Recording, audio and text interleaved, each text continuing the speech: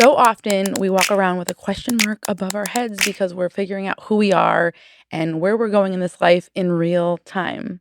Hello, everybody. It is Megan Holly, and this is the Magic Made podcast. If you're watching on YouTube, you might see something a little bit different. Boop, boop, boop. There's somebody here on the couch with me. And I am super excited that she is here. Hi, Chrissy. Hi. How are you? I'm good. How are you? Very good. I'm so much better because you're here and we get to share the energy and just be here on the podcast together. Yay. So Chrissy is one of my people. Literally somebody who has been a steadfast, just support system, a cheerleader, all of the things in my life I was thinking about it and I think we're going on close to 2 decades. 20 years, which is so crazy. Yeah. Which in one respect, I feel like it's been my whole lifetime. And then sometimes I feel like I met you yesterday. It's like this weird thing. And so I'm super excited to introduce you all to her and her magic and just her essence. So I'm going to pop it over to you. So before we jump into the nitty gritty of the conversation here, to introduce yourself, let everybody know who you are, what you're about, all the good things. Yeah. Well, my name is Chrissy Sherry, and I am a mom first to 2 little ones, and then a graphic designer. I began my business. My business blew up during COVID, and that business is called Chrissy Sherry Conscious Creator. And I am also a painter, a working artist, a muralist, and a dabbler in all creative things. Yeah, that kind of sums me up. Yeah, I think she sold herself short there though, because I mean, as a creative, she's creative in her talented things that she's cultivated over the years, right? Artist, graphic designer, muralist, all the things. But you're just creative in general as far as the essence of moving through life in a unique way, which I think is beautiful. Like in your home space, in your garden, all of that. Yeah. So you're so multifaceted. And you all will get to know her because we're going to be doing multiple episodes together. So over Yay. time, obviously we're going to dive into topics that I know that you all are interested in and want more of. But within that, we're going to learn more about her and how that works into her life. So today we're kind of going to dive into the idea of identity shift, because in our time together in life, in business, in personal affairs, all the things, we have shape shifted. Yeah. So much. And sometimes it was begrudgingly, I feel like I'm not really looking to do this, or this isn't where I thought I was going to be.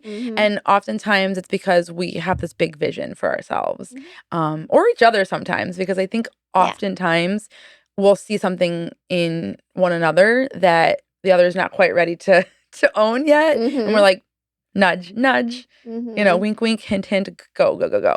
And so we're going to dive into that. I would love to kind of hear a little bit, just because you have so many facets that you create. And before you were kind of here in this space, who were you as you kind of came in this into podcast yourself? space? Right here, right now, in this space. Yes, but also just if you think about where you've come from, as just a human, as a creative, kind of in a, right? In, your own mind's eye, where have you come from? Because I know we've talked about it a lot, that we haven't always had the easiest plight of showing up as a creative person. Yeah, and I think that has a lot to do with how you're supported, honestly, growing up. I grew up, my dad in law enforcement, and my mom was a stay-at-home mom, and my dad was very committed to his career. There were no other actual working artists in my family that made a career of it. My grandfather was an artist, but it was something fun for him. Yeah. He could have done such amazing things, but I think how you're supported as a young person has a lot to do with it. And when you do say, I want to be an artist, like as a child, it's crazy how many people start laughing immediately. It's And true. they just assume like, oh, you want to be a starving artist? Yeah. Oh, all right. Like, what do you really want to be when you grow up? You Yeah. know? Yeah. And I think that kind of puts a seed in your mind that you can't really do this. And um or you just don't know a way to get to where you want to be Mm-hmm. because no one's there really to show you. Yeah. And I think that has a big part. I love my parents dearly, but being an artist back then isn't what it is today. It's Yeah. not celebrated like it is today. Yeah. So yeah. Yeah. Well, and I think you bring up a great point because so many of us, even if you're not necessarily in a creative space or field, there's still a lot of us, at least in this community, that Mm-hmm. are doing things that are a little bit off the beaten path. And so it's one of those things where if you kind of dial back to where you've come from, the stories you've heard, Yeah. and where that support was, and it's not like anybody was doing anything wrong or trying to be harmful to us as as younger versions of ourselves, Right. or even now when people are kind of like, oh, Mm. that's what you do, how does that work? It's just we've kind of built into our brains for a lot of people that, and society says, well, that's just a hard life to lead, so Mm-hmm. why would you want to do that? Right. And it's like the answer to that, I think, for many of us is there's no way that we can't do it. Mm-hmm. Because can you see yourself in your life without creating in No. this larger capacity that you do? No, absolutely not. Like, I would be a shell of Yeah. myself Right. if I wasn't creating. Yeah. Yeah. And I It's think that's an important note to take because there are people out there that are living kind of in like an what's the word I'm looking for? Like a more just a small version of themselves, I Mhm. suppose. And by small, I just mean they're not expanding into where they want to or could be exploring more of Right. because of the outside noise and the things and the that. Yeah. And we want that to be less and less and less Right. happening. And it also has to do with, like, subject matter, like, Mm, whatever medium is your medium, like, if your subject matter isn't, flowers and, rainbows or whatever yeah. society deems is acceptable and beautiful, um, you aren't as apt to present your work to the world when Mm, you think it'll be judged or you think it'll be kind of brushed off or looked at with, cross eyes and, yeah. so, yeah. That's a great point actually, because I feel like we can tap into the next thing um, on that because I know that's a truth for you as well. Mm. Coming through kind of being an artist who loves having paint on a canvas, paint on, on the brush essentially, anywhere. And for a long time, your business was digital. Yeah. And so Chrissy, as like the heart of you, at least in my eyes, is that, Mm. paint splattered, like Mhm. all the things. And then you morphed into digital, which you're amazing at. You do wonderful at. You have served so many people such beautiful things over Mhm. the years with that. And I've seen that firsthand, myself included. Mhm. And, but that being said, you're in a season of this identity shift right now, Oh, yeah, literally, which is totally. so beautiful to watch, but I also know can be hard Yeah. Oh, on yeah. the other side of it. So let's tap into that a little bit. Sure, let's go. So knowing that your heart is with one space in your creative toolbox, if you will, and finding your way into this other side of it, what is that like? What, looking back, what are some things that have taught you through that or that you've just kind of identified for yourself in kind of going into a lane Mm. that you enjoyed, but it wasn't quite your heart? What was the Kind of question?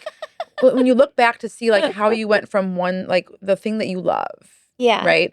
And then kind of doing less and less and less in that okay. and getting more into the digital space, which again, Mhm. reiterating Yeah. that you loved and you still love, but it's not quite where you want to spend all of your energy and time anymore. Like Mhm. what's lessons like that you've learned through that? that identity shift? I think the biggest lesson that I learned is keeping up with myself, like feeding my creative self in between creating for others. And I think that was probably the biggest lesson, and why I am where I am now is because I just devoted myself to others. And I mean, everyone knows who's ever experienced a burnout or like rock bottom or whatever. You can't do that. Yeah. Like, that's not sustainable. And especially as a creative, like, and a graphic designer, on top of that, you're working for other people. And I used, intuitive designing a little bit with my clients, but that doesn't always work for everyone. I don't always hit it out of the park the first proof. So there are the clients that would come back and just rip everything apart, or just not understand what constructive feedback is and what I was asking for. Um, and that really kind of sucks the life out of you. When you're when you're doing anything all the time for anybody else, it's going to be draining. Yes. But creatively, like, if you're doing everything for everyone else, and at kind of the mercy of their edits and things like that, and then not feeding your own creative soul, I mean, you're gonna hit a wall, and you're gonna realize, like, shoot, So that's probably like the biggest lesson I have learned, and I'm trying to practice now. Like, even if it's just a doodle on a paper, or like, I don't know, working with like knitting, or working with fiber arts, or whatever it is. Like, I have to feed that part of me. So yeah, that's probably the biggest lesson, is to like make sure you're feeding your own creativity, if you are creating that high frequency of for other people. Yeah. That's a great way to word it, high frequency. Yeah. Because so many of us are serving other people. And especially if you're in a creative space of any sort, something that you just loved innately with no other kind of checks and balances, that turns into something that has expectations or deadlines and all this stuff. I'm getting kind of chills thinking about that, because it really changes your relationship with it, it does. for it, all of the things. And for better, for worse, there's lessons in it. But that being said, how do we keep that peace intact so that you don't completely go, oh, like, I hate it. Like, I would never want to say that about things that I enjoy bringing to life. But there's an easy way for you to get to that sentiment if you don't keep yourself creating for yourself, for just the hell of it, for, whatever that looks like. And so, and that's a really great point to bring up, because I know that there's so many people out there that are like juggling that, balancing that, or maybe feeling like they're the only one. Like, why am I kind of resenting this right now, or feeling heavy about it? I love this. Or they're doing something for other people, and it's bringing in their income, so they're feeling they have to continue doing that. And doing their favorite medium or whatever isn't going to bring in the financials that they're needing to just survive. So, right.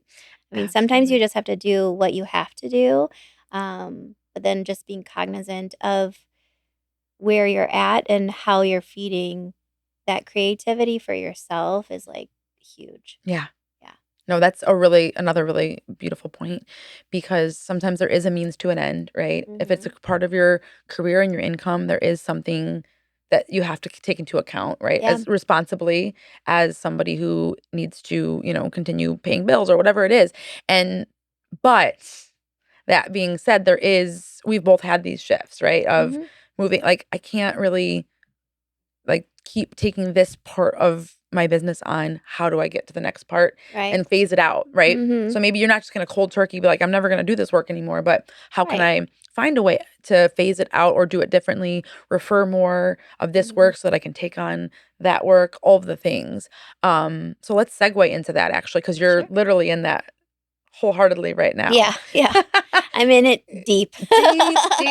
deep in it. So And Chrissy's this like fantastical creature where you'll like think, oh, like, maybe you'll think like she's in a quiet season. And then all of a sudden, like she'll text me like, I have 8 logo projects happening right now. Yeah. And I'm like, what is happening? Yeah. Like I have like just like the shell shock. So she always, just has this beautiful momentum moving, but she's in a season of knowing that even though that work is beautiful and bountiful and all of the things, that it's not quite where she's moving into. And so let's tap into that a little bit. Sure. Where have you been the last handful of, months and maybe the last year or so of figuring out how to move through this? Like, I know it's been a while on your heart that you wanted to move into stepping away from the digital creation and moving into paint on the brush more. Yeah. So what have some like initial things that have been like moving you to take this, I don't want to say leap because you're thinking about it. You're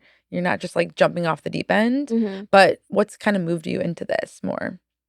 I think I had a year last year where I was very much needed inside my home.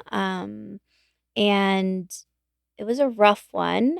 And it was not only doing everything it for everyone inside my home, but it was also doing everything for everyone that were paying me to, of course. And I kind of hit a point at the end of last year where I was like, what have I done for myself? Like I literally like the most creative I got last year was like my to-do list. Like I would just make them pretty. Like every day, my to-do list looked fantastic. Even my husband would make fun of me because even if it didn't look right, I'd rip the page out and I would start it over. That's such a Chrissy thing. I love it. I know. You're like, nope, nope, nope. Yeah. But I think it literally was the year that really pushed me over the edge and really, because I had been feeling that for a few years. And a few bad clients will push you a little bit farther, Amen to that. But I think it was just the end of last year getting through it. I barely got through it, I felt. Yeah. And I was just kind of like a shell. Like I was giving so much and doing so much for everybody else and nothing for myself. Yeah. And it just clicked like, I need to get back to this. Like life is short. Like I don't know tomorrow is promised for me, and I don't want to be 80 years old, 90 years old down the road and regret not painting and not like sitting down at my easel and just doing whatever I want and letting my like ideas and inspiration just kind of flow. And because like I know wholeheartedly that I was meant to create. And so I think that's just feeling that like empty shell feeling is what finally just made it click. And my husband is like probably one of my biggest supporters, and he's like, yeah, like do it. Make time for you. You've shown up so much for me and the family, and so now it's your turn. Oh, shout out to the hubbies out there that are so supportive and loving and I think it is amazing because I've saw you walk through that year, and I feel like the way you explained it was still so like beautiful. Yeah, it was so heavy and hard. I just need to reiterate that heaviness that you were going through, it's like it could break just about any person out there. And I know that it was so hard, but I love on like the slightly other side of it, right? I love that somehow you were still able to like peek out of it and go, what can I do to get back to myself? Yeah. And now moving into like the next kind of season and the next breath of fresh air, you're able to take that and remind yourself of where the hell you want to move into. Yeah. Because I mean, I have that fear too. I don't ever want to be, God willing, 90 something years old and be like, what the hell what did I do? I let life take me over, right? I let each day just be harder and harder and harder and harder and just let that be the excuse. Right. And sometimes we need to be quiet and in the dark and all that, but like for how long, right? And so now you're stepping into getting paint onto things, anything, Yeah. right? Yeah. Specifically Literally walls, but really anything. Yeah. anything. Walls, canvas. Just give me any flat surface or, textured, whatever. I will. Yeah. Yeah. Yeah. And she's amazing. I have seen her create in so many different ways on, so many different surfaces. And to watch her even just make a line or like something that like you would think, okay, well how hard can it be? Oh, it is, because if I did it, it'd be like or like oozing out or whatever. And she's just got this steady hand. And so I'm so freaking proud of you for stepping into just doing this and taking on projects and letting it start to like flourish into something bigger. Let's tap into subject matter a little bit, because you kind of Sure. tapped into it a little bit before, and I was like, ooh, this is going to be a good segue. Yeah. Talking about being an artist and worrying about kind of talking about identity and subject matter and all that, right? Yeah. Worrying about what the world thinks about your creative brain. Yeah. And your way of expressing. I know that that's something that like we all battle, right? As in my own form of creating with, editing and things like that, there's a bajillion different styles that I can make a photo look like at the end, right? But which one are they going to want? Which one are they going to like? Like all these things. And it's scary. Sometimes you're like, here I go, I'm going to send it and hope for the best, right? Yeah. Even if I've identified what it is they're looking for, what area we're going. It's like putting your heart out into something and just going, here you go. Yeah. Hope you like it. So for you, I want to type into like your interesting subject matter, if you're cool with that, because I feel like if we're talking about identity, we have to tap into this. Yeah. Because let's just rip it open. Let's let it be beautiful. And yeah. So talk about what inspires you and what makes you just tick when it comes to creating and painting. Well, I have a true love for the body. Yeah. And body parts. She does, and it's cool. I love it so much.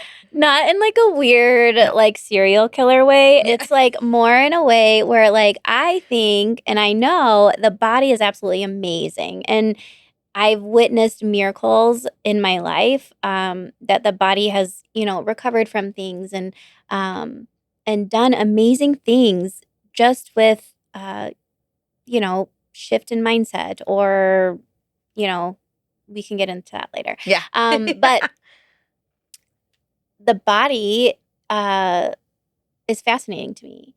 And every part, like every organ, the heart is a huge one. That's probably my favorite one to paint. That's in a lot of my paintings. And I think that comes from as a teenager, I had a heart condition. And so I was in the emergency room quite a lot. Yeah. And learning about it and getting a handle on what it was and how it changes your body. And just like the amazing things your body, I don't know how to explain it, but no, you're doing a great job. But yeah, organs are are great.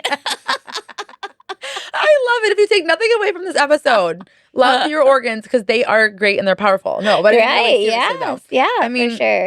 It's funny and it's silly, but when we are bringing levity to it, but really though, the body is a beautiful thing. Yeah, and it's incredible. Just as a society have just forgotten about this beautiful vessel that we all have and how precious it is. We all know we have this one life, but it's really easy to forget that, right? Like when you're young forever. You think, oh, I'm just gonna, like everything's gonna be working, good oiled machine, well-oiled machine.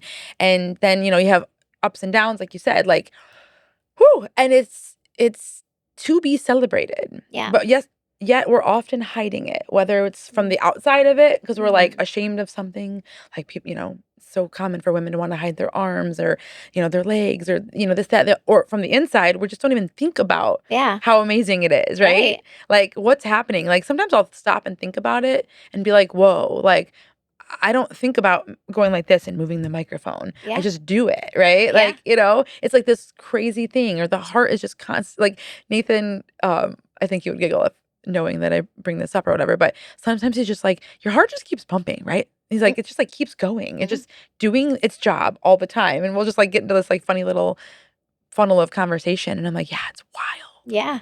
Like no matter how many years you've been walking this earth, you're still like, whoa, this is cool. So I love that that's your subject matter. And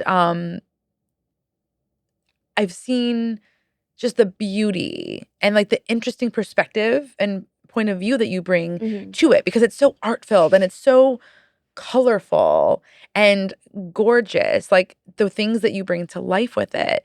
And so, but let's tap into that. As beautiful as that is, what does feel so raw for you in that, like bringing it to life and then saying, here, everybody, here's something I create. Because you're ecstatic about it, right? And you love it. But there's that like piece that you're just like, well, now my heart, the painting of the heart, I'm thinking of the heart with the ribcage. It's like one of my all-time favorite. There's actually, maybe I can pop it on the screen, but there's a beautiful photo of Chrissy back in the day before I even knew what branding photography or anything like that was. We like went into a forest and just played. Like her as an artist, me as a, budding photographer, and we had her lay in the grass, and she's got this canvas on her that's got like an anatomical heart and a rib cage. So we kind of placed it so it looked like it was hers, all the things. And I was just in awe. I'm like, where is this swirling around in your brain that it came to life on here? But tell me how that feels to create that and then think about other people looking at it, seeing it, potentially putting it in their space or whatever. I think my mindset on that has shifted. It used to be, and which is probably why I kind of stopped painting when I wanted to paint, was because it was perceived or presented, and just like comments you get, I was fearful. Like it wasn't what my fellow, art school friends were painting. It wasn't, flowers in a vase. It wasn't a bowl of fruit. It wasn't like, it wasn't aesthetically what society deemed as beautiful. Although I incorporate like flowers and natural elements into my paintings along with anatomy. I was terrified to present it to the world, knowing that it was much different than what people are used to seeing. And I kind of wish I had someone to kick me in that moment, because it's like crazy. I think the only person who really just like really raved about my artwork was my cousin, who later became a doctor. And he was like, there is not a lot of this artwork out. Like I would know so many doctors and so many people in the medical field that would love, to see this. And I'm like, what? Like that was like, huh? And I'm thinking that's the last demographic that was on my radar, but I was like, okay, all right. But that was like the biggest amount of like love and like appreciation for my work was someone in the medical field. And I mean, now my mindset has shifted. I think probably last year finally pushed me over the edge. It was like, here you go. But now I just don't give a shit. No. I don't give 2 Fs what people think about my work. I'm going to do it. I'm going to make it. I'm going to create it. And I don't care what you think about it. And if you have nothing nice to say, like I tell my daughter, then don't say anything at all. Or it's like, not going to be for everybody, and that's okay. And I think that's the thing that I don't care if you've never painted anything in your life. This is about just life. You are not going to be for everybody. Your work is not going to be for everybody. The things you say, the way you think, it is not going to be for everybody. Right. And so don't give 2 Fs about it. At some point, just letting that raw, real, like thought process be the way that you show up every single day. And obviously it's not going to be just a cakewalk of like, I've decided to live this way. So every experience and every conversation, you're going to not be, like, ooh, like thinking about how other people are perceiving you. But the more you do it, the easier it gets. And you're just like, whatever. Yeah. I don't care, you know? I don't. Sorry. Because the right people are going to find their way. And Right. as you're talking, I'm like, okay, now I'm like manifesting that there's like a beautiful like heart institute that's like, let's have Chrissy Sherry anatomical heart or all over our space, because how beautiful would that be for people coming in there that are probably scared out of their minds because they've got something, you know, most likely major or at least really stressful going on, and they get to see some unique things that make them go, wow. You know, like, I don't know, that's beautiful to me. And so the right person, places, spaces, the people, you know, somebody who just wants something interesting and beautiful in their space and like understands out of the box art. Like, I mean, there's just so many different facets, and I love it. And I love just how you said it. You're like, I don't give, you just proclaim that to the damn world, and I'm freaking so happy. I could get up and dance right now if it wouldn't totally like take us all out of focus and mess everything up. So I'll just sitting and dancing right now. But hell yeah to that. Yeah. And as you step into like, that was so powerful. I just feel like, okay, mic drop. Next episode, let's go. We'll see you next time, people. No, just kidding. But kind of tailoring back to kind of like round out this conversation, the identity shift that you had, what would you say if you could put it into like a couple of, you know, thoughts, you know, statements, whatnot? What would you say was an identity shift for you that got you to saying, I could give 2 Fs about what people think, I'm going to make my things and I'm going to put it out to the world? What was the identity shift? Yeah. Or like, what are you feeling it is, if it's still like in momentum? That's a pretty deep question, Megan. Ooh. Well, you don't have to go all the way deep. Hey, listen, we're making magic around here. We go deep. No. I think my identity, the shift, I think, was me just like wholeheartedly, like both feet stepping into, I'm an artist. You know, before, you know, I always had trouble introducing myself and, oh, hi, you know, I'm a graphic designer and, you know, and working. And then I was always like in kind of like whispers, like, oh, yeah, I'm an artist too. But I never felt like I could like claim that. Or I was kind of like just, I don't know, a fraud. But now I feel like stepping 2 feet flat on the floor and stepping into it 110%. Like I am an artist and I'm going to step into that. I'm going to own it. And then I'm going to not give a 2 Fs what anybody else thinks. Yeah. So I'm here and I hope you like it.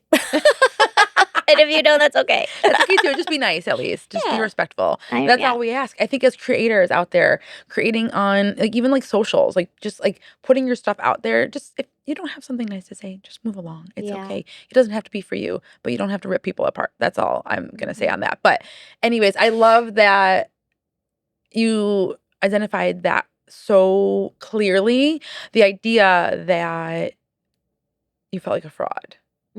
Yeah. Because that is so freaking real. And I think so many people are walking around feeling like that moment of, who am I? And why do I feel so ashamed of stepping into what that is? Whether it's a title, it's a thing that you love doing, all the things. What in the world? It's so kind of scary because I think about what the world could feel like and be like if we all started giving less shit about what everybody thinks about, and doing things that heal us and allow us to be what we know we're not a fraud in, but yet we feel like we are. Yeah. Like, what would this world be like? So we're here to try to change that. We're going to sit here and we're going to do our own work, but then ask you all to come along with us because it's so important.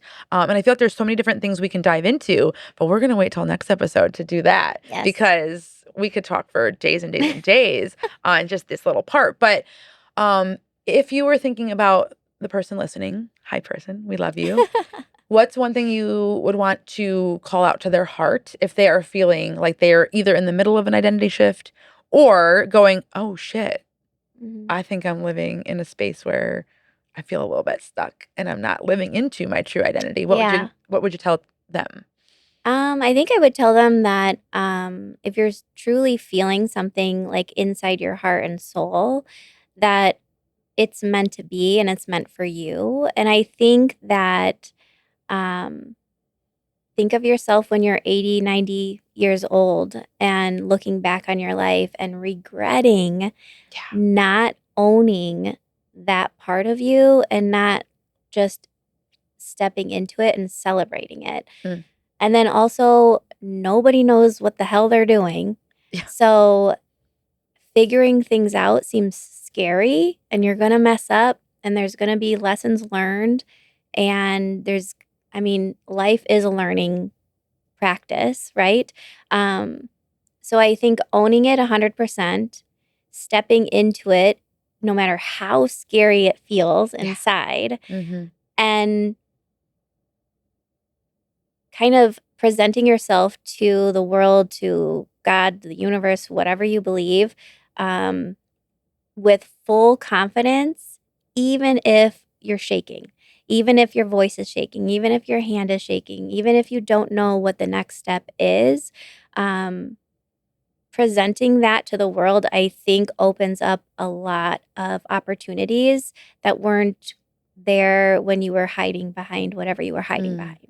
And I think an identity shift is probably something closer to someone tapping in a bit deeper to their heart and soul Mm-hmm. and kind of connecting with themselves on another level. Which that part of it is crucial, I think. Yeah. But yeah, just thinking of what you would regret when you're older and then just doing the damn thing. Yes, I love it. And I do want to say that I love that you said the shift because that word could maybe make it feel a little bit more scary, like you're getting away from yourself. Yeah. But it's actually, I like how you tapped into like it's actually coming home. Yeah, it really more. Like is. you're shifting inward in a not like a hermit, like I'm staying away from the world, but like a standing in your power kind of a sense. So I love that you made that connection there for us because I think that's really important. And don't let the idea of shifting think, oh, I'm driving away from it, right? No, you're putting yourself right into, I guess maybe neutral into your body and like listening to the calls of the heart, the mind, the energy too, right? Like if you're, I know like when I first gave up doing weddings, for instance, the change for me there was that I was like driving home, like crying half the time and just like and it wasn't that I didn't enjoy them. I loved the essence of bringing that to life for people. Yeah. But it just wasn't in full alignment of how I knew I could best present to the world and how I can support people. So anyways, I love that because I came back home to myself, as I said, no.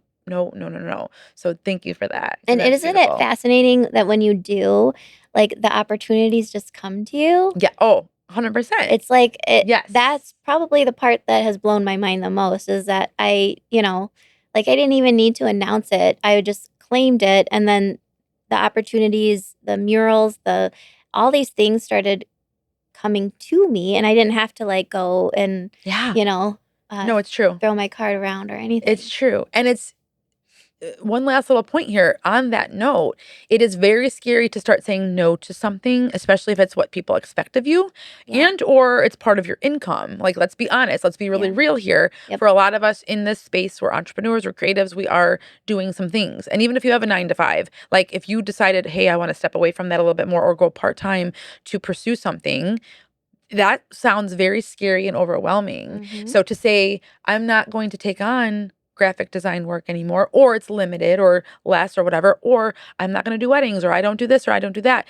It's like there's a little party that goes, what are you doing? Yeah. Like, what are you nuts? Like, you have to feed, your family and you have to pay your bills and all the things. However, as Chrissy said, there's been so many times in both of our lives we've seen that when we say that, or at least we phase it out in a way that feels good to us and everyone, can kind of understand where we're going, it always comes. Yeah. The next chapter always just rises to the occasion and all of a sudden we're doing the work that we've now stepped into more of and called more of. So you can do it and we're here. If you need support, we're both always here. We'll have you guys know where to find me. There's always my links if you're new here in the show notes. Chrissy's will all be in there as well.